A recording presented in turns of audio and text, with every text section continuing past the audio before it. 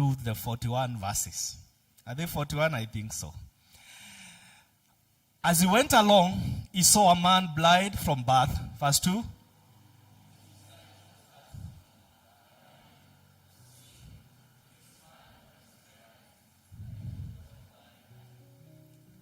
Neither this man nor his parents sinned, says Jesus, but this happened so that the works of God might be displayed in him.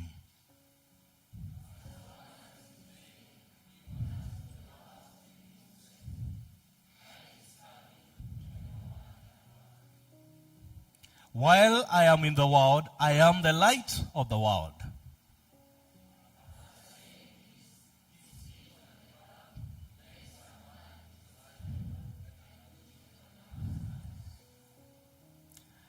Go, he told him, wash in the pool of Siloam.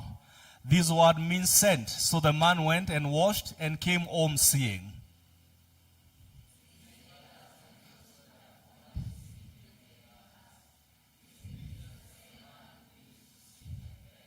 Verse 9. Some claimed that he was. Others said, no, he only looks like him. But he himself insisted, I am the man.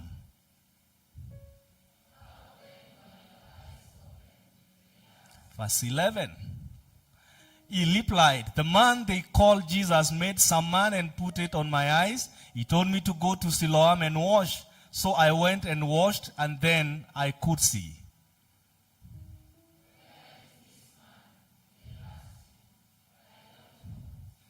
Verse 13. They brought to the Pharisees the man who had been blind.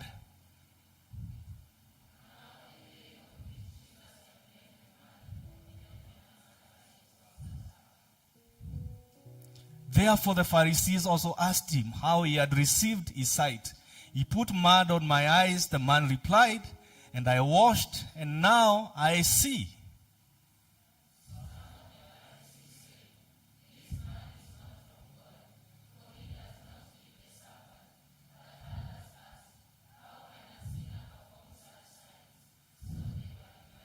Verse 17. Then they turned again to the blind man. What have you to say about him? It was your eyes he opened. The man replied, he is a prophet.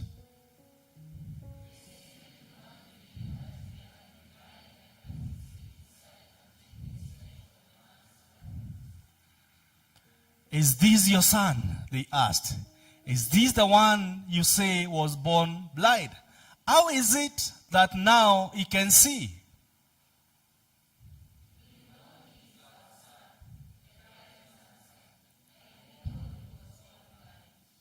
Verse 21. But how he can see now, or who opened his eyes, we don't know. Ask him. He is of age. He will speak for himself.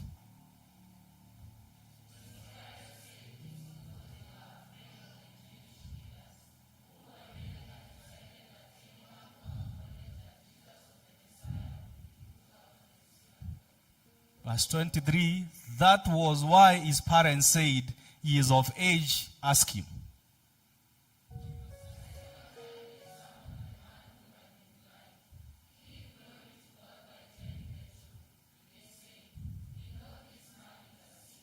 "25, he replied, whether he is a sinner or not, I don't know. One thing I do know, I was blind, but now I see."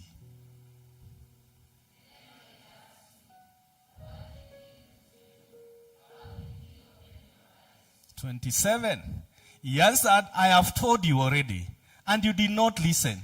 Why do you want to hear it again? Do you want to become his disciples too?"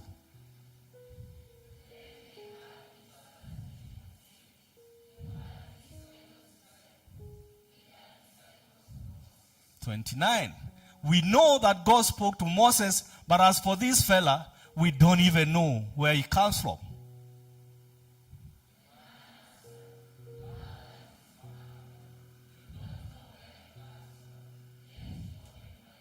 31, we know that God does not listen to sinners. He listens to the godly person who does his will.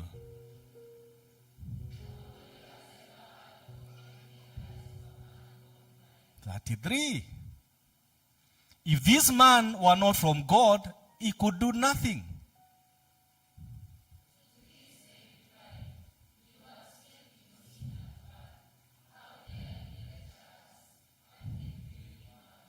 "35, Jesus heard that they had thrown him out, and when he found him, he said, 'Do you believe in the Son of Man?'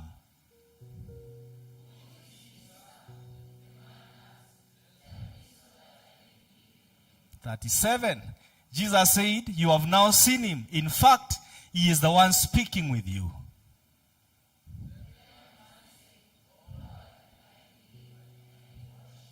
39, Jesus said, 'For judgment I have come into this world, so that the blind will see, and those who see will become blind.'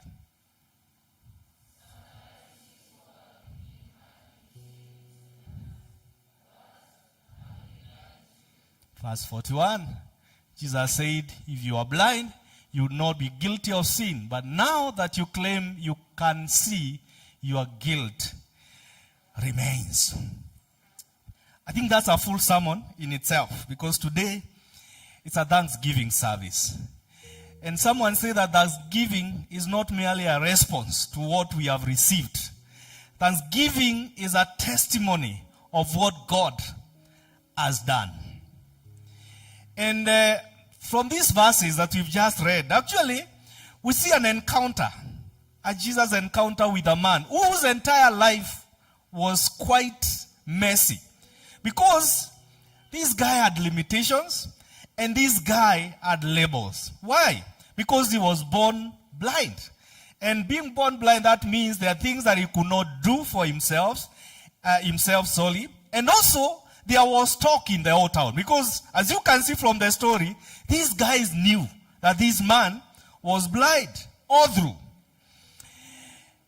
And as you read this story, because I said we are not preaching today, you will see people that could not believe that there are things that God can do. Until actually you realize that the questioning was in levels. The first questioning was to the people that were just around there. Then they had to call the man himself. Then they had to call the parents. Then after calling the parents, they called the man back again. Because they could not understand that it was possible for someone who was born blind to be able to see. And you know, this guy is dealing with Pharisees. Pharisees were quite learned in the law. And as we look at this story, one of the things I want us to pick as we listen to testimonies today is that there are moments when theology can become complex. There are moments that arguments can become quite heavy. And even opinions can become quite loud. Explanations may not make sense to people. But our testimony remains simple. Because there are things that we will be listening to today as people will be sharing. And some of them may not make sense. Actually, do you know some testimonies actually were not meant to make sense? That's why it becomes a testimony. This guy, I believe, he was not a theologian. I believe he was not even a Bible school scholar. Remember, he was born blind from the beginning. He had no titles of religion. The only thing he had to deal with the Pharisees was a testimony. Nothing else. And because he had no theological background, and these guys had theological backgrounds, their argument was that it was improper for Jesus to heal you on a Sabbath. And the parents knew that was the case. That healing on a Sabbath was not allowed. The Pharisees knew. That is why when the parents were caught, they did not want to associate themselves with the testimony. They did not want to associate themselves with the miracle. They were saying, ask him. He is a man that is of age. And the only thing that this man had to contend with the Pharisees was his testimony. And that is why when they kept asking him so many questions, he was able to silence them. And he said, whether this this man is a sinner or not, I do not know. One thing that I know is that I was blind, but now I can see. In simple, he was telling them, all the other arguments that you have, all the other explanations that you have, do not matter to me. What matters to me is what God has done to me. And let me tell you, the giver of a testimony, that's proper English, eh? Mwenye kutoa ushuhuda ndiye anajua uzito wa ushuhuda wake. Do you know there are some people here who can give a testimony and you are left wondering, sasa hiyo ilikuwa ushuhuda ya kutuambia? Hiyo ilikuwa ushuhuda kweli? Can I tell you, brethren, the weight of a testimony, the person giving that testimony is the one who appreciates what that testimony means to them. And you can only join them in celebrating God in what they will be sharing today. And that is why these people, the only thing they wanted to understand is, how can you be healed on a Sabbath? This man is a sinner. He cannot do such a thing. But the guy that was healed did not want to hear those testimonies. And for me, when I look at the statement that he gave, I see a statement that is full of thanksgiving, a statement that is full of worship, a statement that is transformative. Because remember, everyone else went talking about the testimony. They were saying that this man for sure was blind, and now he can see. This man did not argue. The only thing he did is that he testified. He did not explain doctrine. The only thing he did is that he explained his experience with the master.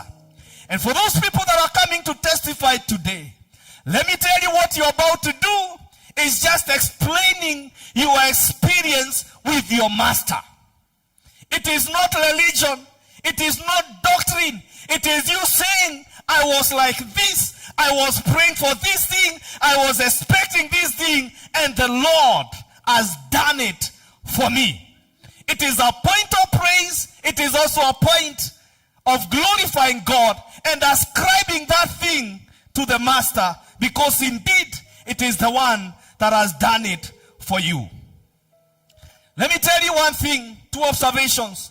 Thanksgiving begins when we reframe our story. Jesus shows us that not every struggle is a punishment. From this story, some struggles that we could be going through today could be a platform for a divine display of God's work. And thanksgiving grows when we stop asking, why me? And begin declaring that God will be glorified through me. I know some people that will be testifying here, they'll be talking about what they have gone through maybe, or maybe some of the challenges that they've had in their journey the last 1 year or the last few months. And it is also a testament that maybe they had a rough moment at some point, but it was a platform for God to give them a testimony today, so that they can share with someone else that could be going through some rough moments and he needs to hear that God is able to do something for them. And thanksgiving often comes after a process. You know this guy, Jesus went down, made some mud and akampaka tu kwa macho, then akamwambia enda ukafanye nini? Enda ukaoge. Ni kuoga ama ni kunawa macho? Enda ujipanguze, enda ufanye hivyo, tumesoma. And he did that. You know, it is a command or a directive or an instruction. And he goes and does exactly that. And that is when the testimony came through. There is no testimony that has no process, by the way. In one way or the other, there is something that you did that took you to where you are, that you are able to testify. Maybe some painful process. Maybe something that costed you something. Or maybe something that the Lord just decided to release to you. But after